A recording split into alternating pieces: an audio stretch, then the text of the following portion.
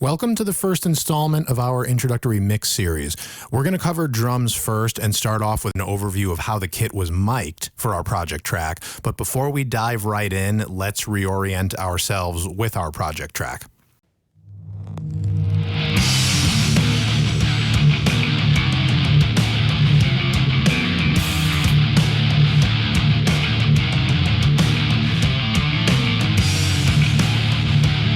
This is a track I recorded for use as theme music for a web video series.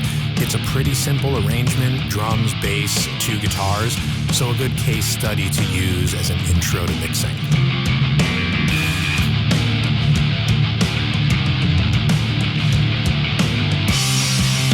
So let's talk about how these drums were mic'd. Certain genres, like jazz, for example, will often be characterized by a drum sound made up of more distance mics, more room mics. I'm usually recording some type of rock music where close miking is more desirable, and I'm playing a 4-piece kit, so it's relatively easy to close mic all the pieces.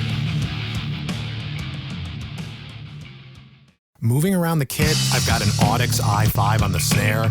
The i5 is Audix's version of a Shure SM57 dynamic instrument mic. In my opinion, the i5 sounds a bit better on snare.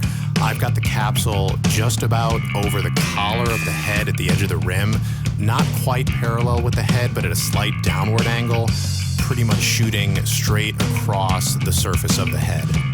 In some instances, you'll see engineers position the mic even closer than this to the center of the head, pretty much as close as they can get without being in the drummer's stick path. I like to be backed off a bit. I feel like you get a little more air, a bit more of a full, natural drum sound, rather than just the short, blunt attack of the stick sort of slapping the head. With my toms, I've had more success coming in at a slightly steeper angle. So the mic, in this case it's an Audix D2, is more looking down on the drum rather than across it. I'm looking pretty close to the center of the head, although not exactly. Again, down rather than across and slightly off center to try to get a little less of the stick attack on the tom and more of the body and the sustain and the resonance of the drum itself. Audix D6 on the kick, and I absolutely love this as a kick mic. There's a lot of other kick mic options out there and a lot of good ones, Shure Beta 52, AKG D112, and you can absolutely get great results with those and some others as well. As you've probably noticed by now, I'm an Audix fan. I love their mics for close miking on drums, and I've found the D6 just to be a really great sounding kick drum mic. You can see I've got mine pretty much outside of the drum. It's almost even with the cutout on the resonant head. Feeding the mic further into the drum and getting closer to the batter head and the beater strike point will give you a more defined attack, almost more of a click kind of sound to the beater, and obviously pulling it farther away will do the opposite. A lot of engineers will use an inside and an outside mic on a kick blended to taste, especially if you're working on something with a more organic sound, a folk band, a singer-songwriter type situation. You might want a more open, almost floppier sound to the outside of the kick in your mix as well. Again, I like to keep things as simple as I can. I usually try to capture with as few mics as necessary, and this project is no different.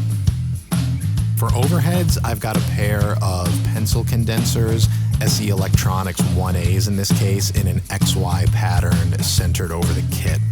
I'm about 4 feet up from the plane where the snare and the floor tom heads reside, but that's something you can experiment with as your space and ceiling height allow. So that's it. I'm not using any other room mics. I'm not using an underside snare mic. I'm not using a dedicated hi-hat mic. In fact, in most cases, I find the hats loud enough that even without a dedicated close mic, they're too prominent in the mix, and I find myself looking for ways to tame them, which we'll get into in the next video when we start mixing these drums. So putting another mic directly on the hats has never really made a lot of sense to me, and I usually don't do it. So again, that's it. If you have any questions, please leave us a comment below or feel free to drop us an email. Stay tuned for the next video. We're going to start mixing these drums.